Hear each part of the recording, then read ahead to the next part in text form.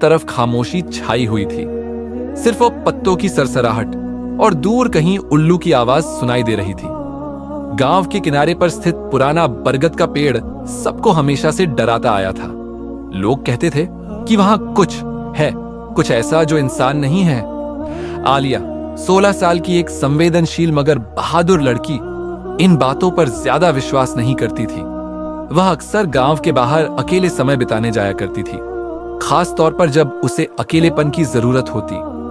उस रात भी वह चुपके से घर से निकली और उसी बरगद के पेड़ के पास जा पहुंची। चांदनी रात में पेड़ के नीचे बैठे हुए अचानक उसे एक ठंडी हवा का झोंका महसूस हुआ। कुछ पल बाद फिजा में एक अजीब सी सरगोशी जैसी गूंज सुनाई दी। तुम आ गई हो? मैं कब से तुम्हारा इंतजार कर रहा हूं। आलिया चौंक गई। उसने इधर उधर देखा मगर कोई दिखाई नहीं दिया। कौन हो तुम? सामने आओ, उसने कांपती आवाज में कहा। तभी पेड़ की शाखाओं से एक साया नीचे उतरा। लंबा कद, आंखों में नीली लौ, चेहरा धुंधला लेकिन आकर्षक। वह कोई आम इंसान नहीं था। मैं वो हूं जिसे सदियों से कैद किया गया था, लेकिन तुम मेरी आजादी की कुंजी हो। आलिया का दिल तेजी से धड़कने लगा। एक तरफ डर, दूसरी तरफ जिज्ञासा। तुम मेरा नाम कैसे जानते हो? तुम्हें मेरी कहानी सुननी होगी, क्योंकि वो तुम्हारी अपनी कहानी से जुड़ी हुई है। आलिया के दिल में डर की एक ठंडी लहर दौड़ गई, मगर उसकी आंखों में डर से ज्यादा हैरानी और जिज्ञासा थी। वह सामने खड़े उस रहस्यमय अस्तित्व को देख रही थी जो धुंध की तरह दिखाई देता, मगर उसकी आवाज गूंजदार और स्पष्ट थी। मैं तुमसे कैसे जुड़ी हूं? आलिया ने आखिरकार हिम्मत करके पूछा। जिन्न ने आसमान की तरफ देखा, जैसे कोई पुरानी याद दिमाग में ला रहा हो। सदियों पहले तुम्हारी नानी की नानी एक आध्यात्मिक विदुषी थी। उन्होंने मुझे एक किताब के जरिए कैद किया, क्योंकि मैं अपने अस्तित्व का मतलब समझने निकला था, लेकिन गलतियां करता गया। उन्होंने कहा, जब मेरी नस्ल से कोई रोशनी दिल में लेकर पैदा होगा, वह तुम्हें आजमाने आएगा। आलिया की आंखें फैल गईं। तो तुम कोई शैतान नहीं हो? जिन्न की आंखों में एक पल को दुख झलक पड़ा। मैं जिन्न हूं, लेकिन हर जिन्न बुरा नहीं होता। मैं एक पापी हूं, पर मुझे प्रायश्चित का मौका चाहिए। आलिया चुप हो गई। उसके दिल ने कहा कि वह जिन्न सच बोल रहा है, लेकिन उसे अपनी पुरानी खाला की कहानियां याद आ गईं, जिन्हों की चालाकियों और धोखे की। अगर मैं सच में तुम्हारी आजादी की कुंजी हूं, तो तुम्हें मुझसे क्या चाहिए? आलिया ने गंभीरता से पूछा। जिन्न थोड़ा पास आया, मगर हवा में ही लटका रहा, जमीन को छुए बिना। मुझे उस किताब तक पहुंचना है जो आज भी तुम्हारे परिवार के किसी पुराने संदूक में छुपी है। तुम्हें बस उसे ढूंढना है और मुझे देखने की इजाजत देनी है। लेकिन खबरदार, किताब खोलना सिर्फ तुम कर सकती हो, और जब वह खुलेगी सब कुछ बदल जाएगा, तुम्हारी दुनिया भी, मेरी भी। आलिया की सांस रुक गई। क्या वह वाकई ये सब कर सकती थी? उसने हां कही या नहीं, उसे याद नहीं। बस इतना याद रहा कि उस रात जब वह घर लौटी, उसकी खिड़की पर नीली रोशनी का एक हल्का सा साया देर तक चमकता रहा। अगले दिन आलिया की नींद सुबह के वक्त भी बार बार टूटती रही। सपने में उसे वही साया, वही नीली आंखें और पुरानी किताब की झलक दिखती रही। दिल में एक बेचैनी थी, जैसे कुछ पुकार रहा हो, जैसे अतीत का दरवाजा धीरे धीरे खुल रहा हो। दोपहर के वक्त जब सब लोग कजेलोला दोपहर की झपकी ले रहे थे, आलिया चुपके से नानी के पुराने कमरे में गई। यह कमरा अरसे से बंद पड़ा था। पुरानी चीजों की खुशबू और खामोशी ने माहौल को और भी रहस्यमय बना दिया। कमरे के कोने में एक जर्जर लकड़ी का संदूक रखा था, जिस पर ताला लगा था। आलिया को हैरानी हुई कि उसके पास उस चाबी का होना महज एक इत्तेफाक का कैसे हो सकता है। उसने अपनी मां की पुरानी चाबियों का गुच्छा निकाला और एक चाबी ताला खोलने में कामयाब हो गई। संदूक के अंदर कपड़ों, तावीजों और पुरानी मेहंदी की खुशबू के साथ एक काली रंग की किताब रखी थी, बिल्कुल वैसी ही जैसी जिन्न ने कहा था। किताब को छूते ही एक ठंडी हवा कमरे में दौड़ गई, जैसे कायनात ने सांस रोक ली हो। आलिया, एक सरगोशी कमरे में गूंजी, जिन्न की आवाज जो अब करीब महसूस हो रही थी। किताब खोलो, मगर सिर्फ उस वक्त जब दिल और दिमाग एक हों, क्योंकि इसके बाद तुम पर दो दुनियाओं के दरवाजे खुल जाएंगे। आलिया की उंगलियां किताब के कवर पर थीं। उस पर अरबी शैली के नक्श थे और बीच में सिर्फ एक शब्द लिखा था, नूर। नूर? मगर यह किताब तो अंधेरे की लग रही है। आलिया ने धीरे से कहा, यही तो राज है आलिया, हर साए की जड़ में रोशनी होती है। जिन्न की आवाज गूंजी। आलिया ने आंखें बंद की, एक गहरी सांस ली और किताब का पहला पन्ना पलटा। तभी कमरे की दीवारों पर रोशनी और साया नाचने लगे। किताब के शब्द हवा में उड़ने लगे। जमीन हल्के से कांपी। जिन्न का साया अचानक एक पूरे वजूद में बदलने लगा। यह शुरुआत है, अंत नहीं। तुमने दरवाजा खोल दिया है आलिया। अब तुम दोनों दुनियाओं की रक्षक हो। किताब के खुलते ही आलिया के कदम जैसे किसी और जमीन पर आ गए थे। कमरा वही था, लेकिन फिजा बदल चुकी थी। दीवारों पर रोशनी की तहरीरें लहरा रही थीं और जिन्न, अब एक पूरा वजूद उसके सामने खड़ा था। उसके चेहरे पर अब धुंध नहीं, बल्कि गहरी संजीदगी थी। आंखों में नीला नहीं, बल्कि सुनहरा नूर झलकने लगा था। तुमने किताब खोलकर वो कर दिखाया जो कई नस्लें नहीं कर सकी। वह धीरे से बोला, अब तुम्हें सीखना होगा, न सिर्फ अल्फाज का इल्म, बल्कि रोशनी को काबू में रखना, साए से बात करना और अपने दिल को साबित कदम रखना। आलिया ने चौंक कर पूछा, साया? क्या मतलब? जिन्न ने एक हाथ हवा में उठाया। किताब की रोशनी से एक और साया निकला, काला, बेचैन और बेरहम। यह है तुम्हारा पहला इम्तिहान। हर रोशनी के साथ एक साया पैदा होता है। यह साया तुम्हारे डर, शक और गुस्से से जन्म लेता है। अगर तुम इसे काबू ना कर सको तो यह तुम्हें ही निगल जाएगा। साया धीरे धीरे आलिया की तरफ बढ़ने लगा। उसकी आंखें वैसी ही थीं जैसी आलिया के आईने में होती थीं जब वह तन्हा रोती थी, खाली और बेजुबान। मैं तुम्हारा दूसरा चेहरा हूं। साया सरगोशी कर रहा था। तुम जितनी ताकतवर हो, उतनी ही कमजोर भी हो। मुझे कबूल करो या हमेशा के लिए खो जाओ। आलिया का दिल धक धक करने लगा।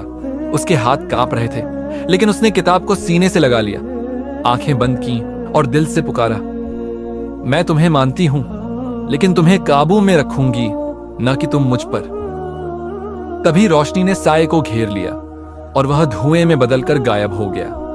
जिन्न ने सर झुकाकर कहा, तुम कामयाब हो गई आलिया। अब तुम सिर्फ एक लड़की नहीं, तुम नूर की रक्षक हो। आलिया ने किताब को देखा, जो अब खामोश हो चुकी थी, लेकिन उसके अंदर कुछ बदल चुका था। एक रास्ता खुल चुका था, एक ऐसी जंग की तरफ जो सिर्फ जादू या ताकत से नहीं, बल्कि नियत, कुर्बानी और यकीन से जीती जा सकती थी। रात के दूसरे पहर, जब सब कुछ खामोश था, आलिया के कमरे में किताब अपने आप खुल गई। उसके पन्ने तेजी से पलटने लगे, यहां तक कि एक काला पन्ना सामने आया जिस पर सिर्फ एक शब्द लिखा था, दज्जाल। अगले ही पल जमीन कांपने लगी और आलिया को महसूस हुआ कि वह शून्य में गिर रही है। आंखें खोली तो खुद को एक अजीब और डरावनी दुनिया में पाया।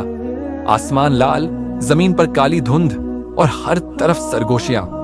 जिन्न उसके साथ था, मगर उसकी आवाज बदली हुई लग रही थी। याद रखना आलिया, यह दज्जाल की दुनिया है। यहां सच्चाई को छिपाया जाता है और झूठ सच बनकर सामने आता है। तुम्हें अपनी अक्ल, अपने दिल और अपनी रोशनी पर भरोसा रखना होगा। अचानक आलिया को अपनी मां की आवाज सुनाई दी, आलिया वापस आ जाओ, यह सब झूठ है। तुम बीमार हो, सपना देख रही हो। वह मुड़ी, सामने मां खड़ी थी, आंखों में आंसू, हाथ फैलाए हुए। अम्मी? आलिया की आवाज कांप उठी।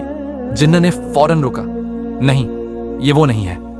ये दज्जाल की पहली चाल है। आलिया का दिल मां के पास जाने को कह रहा था, लेकिन उसकी रोशनी धीरे धीरे मंद हो रही थी। तभी अचानक किताब की रोशनी उसके हाथों से निकलकर मां के चेहरे पर पड़ी। वह चेहरा बदल गया, आंखें काली हो गईं, आवाज भारी हो गई। तुमने दरवाजा खोला है आलिया, अब हम तुम्हें बंद नहीं करेंगे, हम तुम्हें तोड़ेंगे। आलिया ने तुरंत किताब की एक आयत पढ़ी जो उसने पिछले अध्याय में सीखी थी। रोशनी की लहर फैली और वह झूठा अस्तित्व चीखता हुआ हवा में गायब हो गया। जिन्न ने सिर हिलाया। यह तो सिर्फ शुरुआत थी, तुमने पहला इम्तिहान पास कर लिया, मगर आगे तुम्हें अपने ही दिल के अंदर के अंधेरों से गुजरना होगा। दज्जाल की दुनिया सिर्फ बाहर नहीं होती, बल्कि भीतर भी छुपी होती है। आलिया ने आसमान की ओर देखा।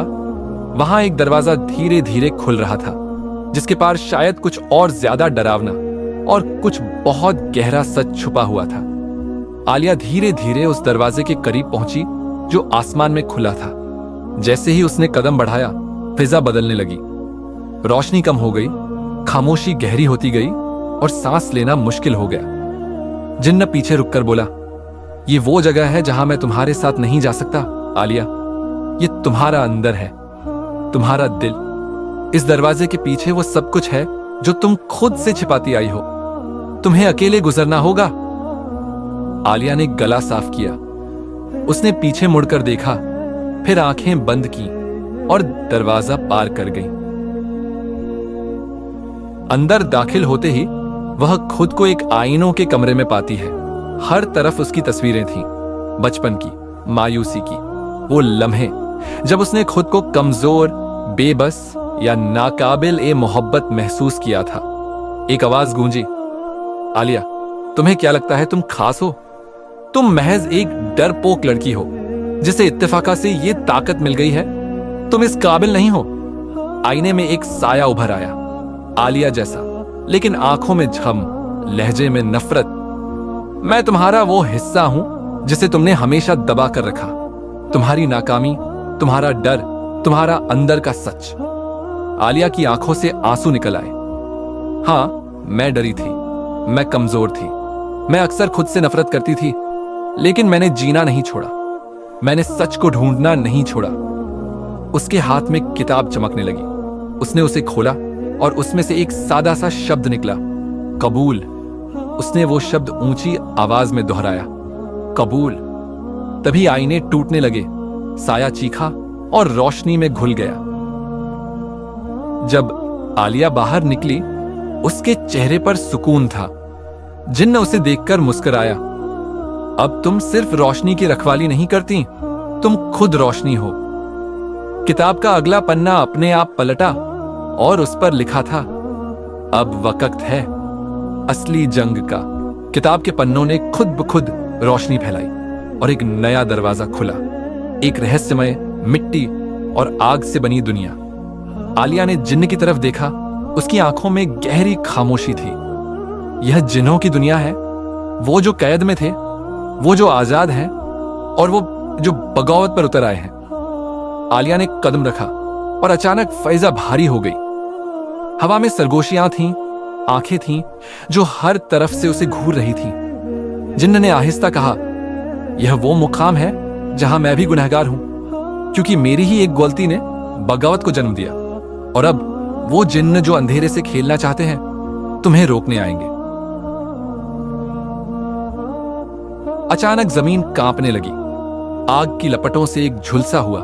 जिन्न नमूदार हुआ, लंबा कद, काले धुएं जैसा जिस्म और आंखें लाल जैसे दहकते अंगारे।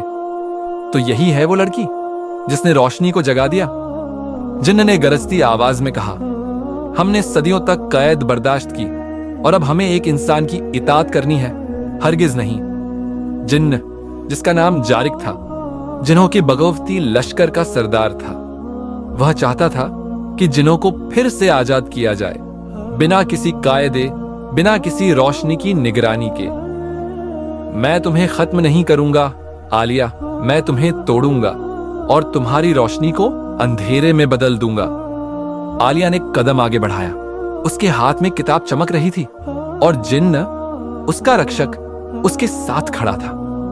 जारिक, मैं तुम्हें कैद करने नहीं आई, मैं तुम्हें एक चुनाव का मौका देने आई हूं। या तो तुम रोशनी के साथ जियो या साया बनकर मिट जाओ। जारिक हंसा और उसके पीछे से दर्जनों जिन्न बाहर आ गए। सब अंधेरे से बने हुए, सबकी आंखों में नफरत थी, जिन्हों की आखिरी बगावत शुरू हो चुकी थी। किताब का अगला पन्ना बंद हो गया। सिर्फ एक जुमला बाकी रह गया। अब फैसला उस लड़की का है जिसने रोशनी चुनी, मगर साया अभी बाकी है। जारिक के लश्कर ने घेराव कर लिया। चारों तरफ अंधेरा, शोले और डर का राज था। आलिया, जिसके हाथ में वह किताब अब पूरी रोशनी से चमक रही थी, अकेली खड़ी थी, मगर उसके दिल में डर नहीं था। जिन्न उसके साथ आया, मगर उसकी ताकत अब कमजोर हो रही थी। आलिया, यह जंग जिस्म की नहीं, दिल की है। रोशनी तलवार से नहीं जीती जाती, बल्कि यकीन से। आलिया ने किताब खोली और उस पन्ने पर पहुंची जहां कोई लफ्ज नहीं था, सिर्फ सफेद रोशनी। जारिक हंसा। क्या यही है तुम्हारा हथियार, एक ख्याली पन्ना? आलिया ने आसमान की तरफ देखा और धीरे से कहा, नहीं, ये खाली नहीं। ये वह वादा है जो मैंने खुद से किया था कि मैं किसी भी अंधेरे से न डरूंगी, न झुकूंगी। मैं उन सबके लिए खड़ी हूं जो खुद से हार गए। अचानक किताब की रोशनी आसमान तक जा पहुंची। हर जिन्न, हर साया उस रोशनी से पीछे हटने लगा। जारिक चिल्लाया, नहीं, तुम इंसान हो, तुम हमें नहीं रोक सकती। आलिया ने ऊंची आवाज में कहा, मैं सिर्फ इंसान नहीं, मैं वह हूं जो अपने सच को कबूल कर चुकी है। और यही वह ताकत है जो किसी भी जिन्न, किसी भी साए, किसी भी झार ए दजल को हरा सकती है। तभी किताब से एक सुनहरा घेरा निकला, रोशनी का तूफान जो पूरे मैदान में फैल गया। जारिक और उसके अनुयायी रोशनी में घुल गए। कोई चिल्लाया, कोई भागा, मगर कोई रोशनी से बच न सका। जब सब खत्म हुआ तो फजा में सुकून था, खामोशी, पवित्रता और एक नई रोशनी की शुरुआत। जिन्न ने आलिया की तरफ देखा, उसकी आंखों में फख्र था। तुमने न सिर्फ हमें बचाया, बल्कि खुद को भी आजाद किया। अब यह किताब तुम्हारी नहीं रही, तुम खुद किताब बन चुकी हो। तुम्हारी रोशनी अब कहानी बन चुकी है जो आने वाली नस्लों को रास्ता दिखाएगी। अंत। जहां रोशनी हो, वहां साया सिर्फ गुजरने वाला लम्हा होता है।